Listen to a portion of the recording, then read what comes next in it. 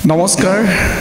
ইয়া ভূপেন হাজৰিকাৰ দেৱৰ যি শতবৰ্ষ জন্মৰ যি শতবৰ্ষ অনুষ্ঠান চলি আছে আপোনালোক সকলোৱে জানে তেখেত অসমীয়াৰ আবেগ অসমীয়াৰ স্বাভিমান অসমবাসীৰ প্ৰাণ হিয়াৰ মথু আজি তেখেতৰ নামত লিখা মোৰ স্বৰচিত কবিতা এটি পাঠ কৰিব ওলাইছোঁ ডেমক্ৰেসি লাইফৰ মজিয়াত ভুল ভ্ৰান্তি হ'লে ক্ষমা কৰি দিব কবিতাৰ শিৰোনাম ভূপেন দা তোমাৰ গীতত ভূপেন দা তোমাৰ গীতত কিয় ইমান বেছি হৰাইঘাট আৰু মানৱতা আকৌ হৰাইঘাট হ'ব পাৰে কাহানী বা নিশ্চয় তোমাৰ দূৰদৃষ্টিৰ বাস্তৱতা আজি মোগল নহয় হয়তো অল কায়দা আকৌ যদি যাব লাগে হৰাইঘাটলৈ লুইত পাৰৰ ডেকা বন্ধু নেথাকিবাৰৈ কিয়নো থাকিম ৰৈ যদিহে থাকে স্বজাতি মাটি আৰু দেশপ্ৰেমৰ ধাৰণা অহৰহ তেজত বৈ এইখন মানুহৰ দেশ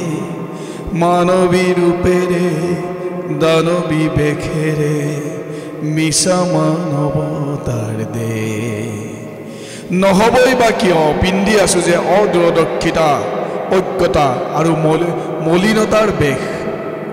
সেইকাৰণে হয়তো হৈছে ভাতৃত্ববোধৰ শেষ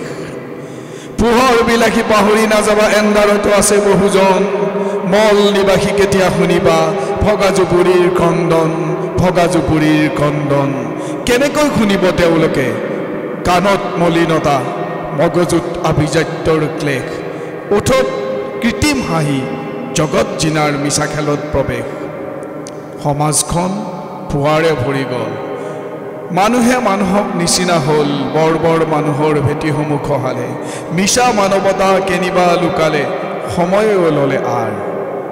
নহ'লে যে মূৰ্খ মানৱৰ কিনা বেচাৰ প্ৰতিযোগিতা এতিয়া কোনে ক'ব তেওঁলোকক উৎপত্তিৰ সেই ৰহস্যৰ ভেদ সুনীতিৰ আসনত অনীতি বহিছে ধৰ্মৰ খুঁটিবোৰ সঘনাই লৰিছে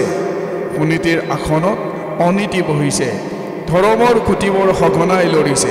নলৰি কি হ'ব আপুনিয়ে কওকচোন ধৰ্মগুৰুসকলৰ গুৰুত্ব কিমান বাঢ়িছে ধৰ্মৰ হাকৰে যদি হয় আমাৰ যাত্ৰা হয়তো হ'ব পাৰে জীৱনৰ সাফল্যৰ সাৰ্থকতা তোমাৰ এয়াই নহয়নে ইচ্ছা ভূপেন দা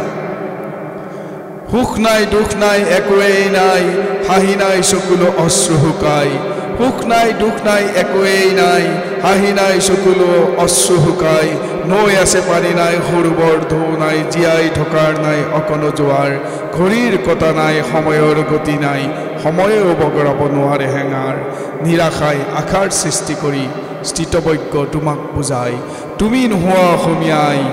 জীয়াই থাকিব লাগিব তোমাৰ গীতক সোঁৱৰাই জীয়াই থাকিব লাগিব তোমাৰ গীতক সোঁৱৰাই জীয়াই থাকিব লাগিব তোমাৰ গীতক সোঁৱৰাই ধন্যবাদ